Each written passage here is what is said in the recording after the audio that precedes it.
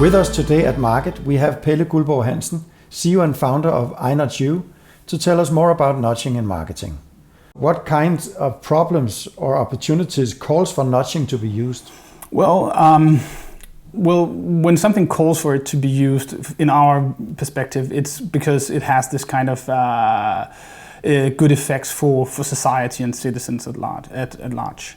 And one of the things that we know from marketing is that you can convince consumers to buy all kinds of things they don't need. But there's a whole set of problems around getting consumers to buy things or to do things that they actually do need to do, but they have difficulties in doing. That might be, going for a run. It might be buying more healthy foods. It might be going to the doctor or standing, queuing nicely in an airport. So there's a huge potential when we turn to these issues that doesn't have to do with temptation, for instance, but where you have to solve some more tricky problems. So there you cannot just tempt people to stand in line or tempt them to go for a run, because you can have so and so many celebrities recommending that you should run at 4 o'clock, but that might not make you do it anyway. So that's where you need this heavier set of tools to come in and to solve the problems that every kind of citizen face every day.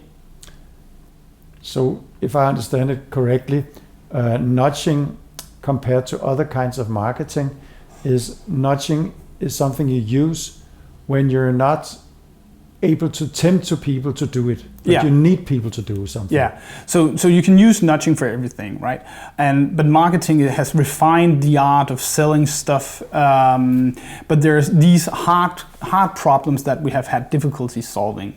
And usually, from a public perspective, the state and the municipalities have gone in and said, well, people ought to do this, so we don't have to market in the same way. And if we're going to market solutions for these problems, when we're going to market them in the same way as we would market a Coca-Cola, for instance. But these problems usually where we have to do stuff that we know that we ought to do, but we have difficulties in doing, actually requires another set of tools that we have knowledge about now. And this is where nudging becomes extremely interesting, because it becomes more complex, but the potential for everyone, for companies, for the society and for citizens as well, for having these triple wins are quite huge.